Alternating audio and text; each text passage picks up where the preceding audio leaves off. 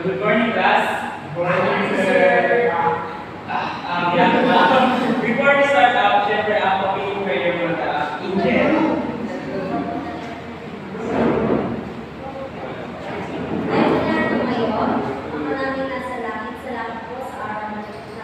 Binigay mo po sa amin, Lord, at dinala niyo po kami dito. Mga iba po, Lord, na wala po po dito, iwanan niyo po silang mapunta dito, Lord. At yung reporter po, Panginoon, bigyan niyo po siya ng kataling ng kalakasan para may report po ito, Lord. In this name, we pray. Amen. Thank you, ma'am. Our topic for today is all about weather disturbances and its effect to environment. May idea ba kayo kung ano yung topic natin? Yes. What is weather disturbances? Pakibasa. Princess. A weather disturbance is any falls of elevated moves through the atmosphere. It can be the start of a low pressure system or a start. Okay, yung weather disturbances, yung makikita natin kapag nanonood tayo ng video na kung saan sa may atmosphere natin parang may namumuno siyang paikot or parang nakikita natin yung low pressure area na yan kung parang palang i-start yung bagyo mismo. Nakikita niyo ba yun? Yes. Yeah, kami naman dito eh. Different types of weather disturbances. Yun nga sa atmosphere, dun nga natin mataas nakikita yung about may low pressure area na kung saan parang i-start na siya ng bagay. Parang ganito, kung mapupitin ka lang sa atmosphere, may kita natin na sobrang kapal ng ulap, so then parang may namumuno siyang typhoon. And next, ang kasama rin dito yung storm o kaya thunderstorm, kasamang ulog at kidlat na madalas natin nararanasan ngayon. And sa may temperature naman, heat waves and cold snap. Kung yung heat waves na to, nararanasan natin sa Pilipinas, may tinatawag na El Nino, na kumbaga parang April ata to, na sobrang init. And next naman yung cold snap, itong weather natin ngayon, parang winter season ba to? Parang gano'n na sobrang lagit.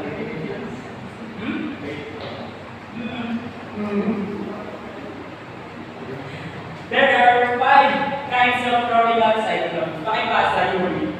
Number 1. Tropical depression is when the disturbance within the speed of up to 61 kilometers per hour.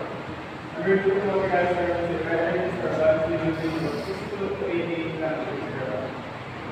Number 3. Severe tropical storm is a tropical cyclone with maximum wind speed of 89 to 170 kilometers per hour. Typhoon is a disruptive weather disturbance with a speed of 180 to 220 kilometers per hour. And number 5. Super typhoon is a disruptive weather disturbance with a wind speed higher than 220 kilometers per hour. Okay, yung ano naman dito, yung tropical cyclone, ito na yung mismong bagyo. Yung mga tropical cyclone na to, ito yung mga dito nakapagod yung mga speed, kung gaano ba sila kabilis na travel per hour, kumbaga ito yung parang dinedetect natin kung ano ba talaga yung kabilis.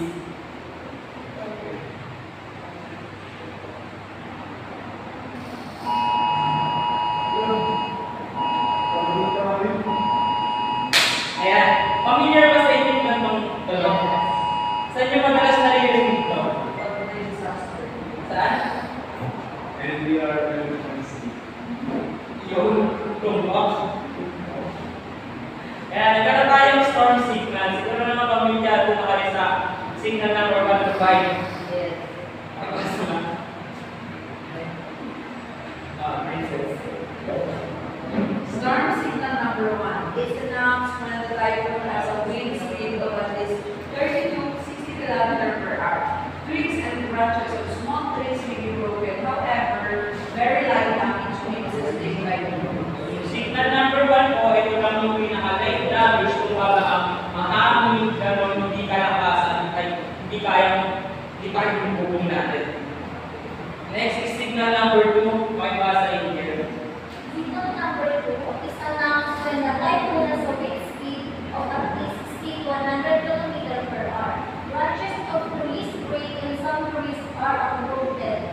Light and great damage may be experienced by the community. So yung signal number 2 naman, ito naman yung medyo lumalakas na siya, parang kaya yung kung katabingin, gano'n, pwede lang paano na ma-apektuhan yung community natin sa signal number 2. And signal number 3, i-read. Our signal number 3 is announced to the table as wind speed of at least 185 kilometers per hour. At this point, the regulation is badly damaged and now stage or offline materials class.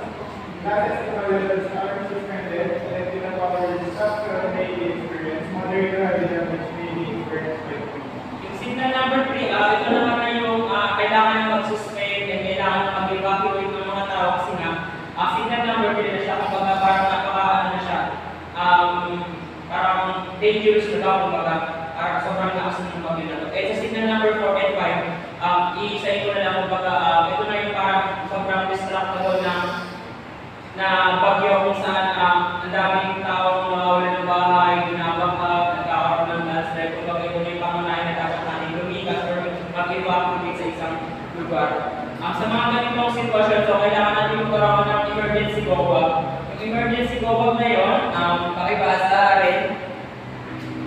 Although that is a collection of supplies to help you when your family escape and stay safe in your emergency, it should be packed as very easy, carry container ready to wrap up or suitcase or use and kept in a place where it's easily accessible. Yung emergency go-bag naman, ito yung pinaka-pangunahin natin kailangan once nagkakaroon tayo ng alamidad o may naharap tayo bagyo. Na kapag ang emergency go-bag, ito yung pinaka-easy na pwede natin mag-equip na kung saan tayo nito makasurvive ng 72 hours kapag mag-evacuate kayo. Ano nga ba yung malaman ng go-bag? First is water. Bakit mahalaga ang tubig? Angel. Siyempre, kasi di ba, yun na, nagdating sa way mo, pwede sila mawala ng mga bahay, ng mga ano, gano'n. Siyempre, parang pag may mga may kailangan, may iiwan sa Ayun, baka na yung water kasi nga kailangan natin to sa pang-araw-araw kahit na wala tayong kainin, at least may tubig tayo para makasurvive pa rin tayo. Next is first aid kit. Bakit mahalaga ang first aid kit? Bread.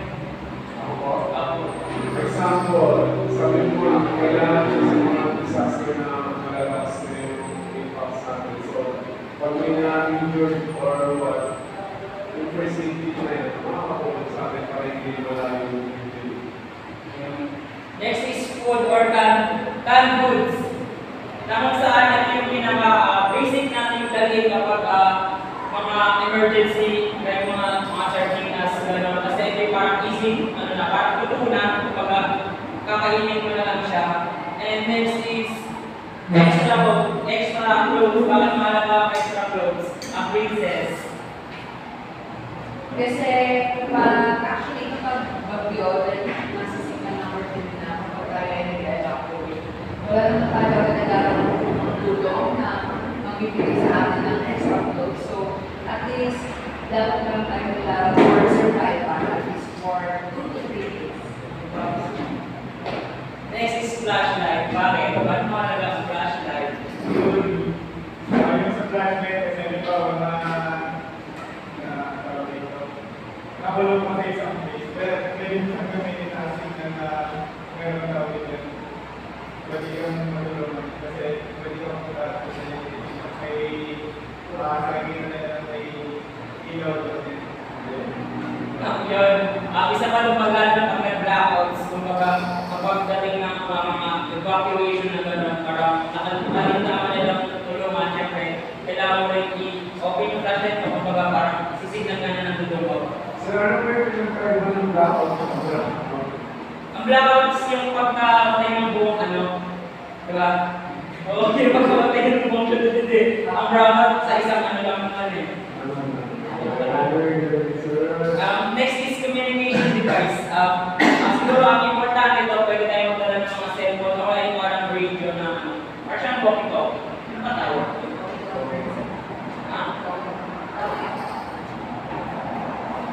Next is battery. Kasi yung things na saan natin gagamitin yung mga cellphone natin, mga natin pag-gagamitin ko ng battery. So, pwede natin Next and the last is whistle. Ang whistle is napaka-importante. Kahit hindi natin ilagay ito sa go bag, pwede natin ito ibigay kasi parang pinakamadali lang ito yan eh.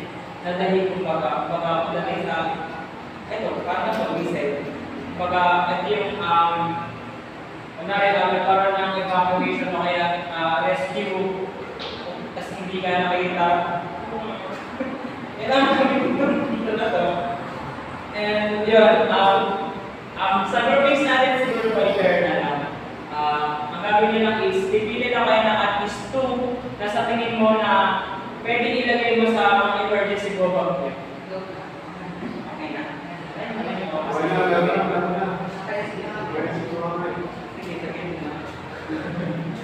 Sige na.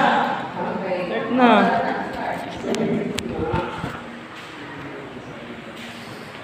So, siguro sa amin, pinaka-important is yung food. Siguro yung food tsaka yung water. Kasi, katulad niyan kapag na-stranded kayo sa isang bahay, kapag mga nasa signal number 3 na, at least meron kayong survival na makukuha for the past at least 3 to 4 days. At magbibigay ito ng tulong sa atin habang wala pang pumupuntang help para sa atin. Ren kayo na. Next. Ren Yuri. Ano pili ko namin water and food. Water para hindi ka ma-dehydrate. Sa akin kaya foods kasi lagi ako dito. So parang may stock ako ng foods for the next day.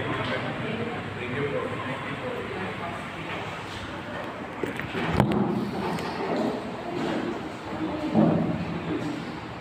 That's all. Thank you. Thank you po. Gracias.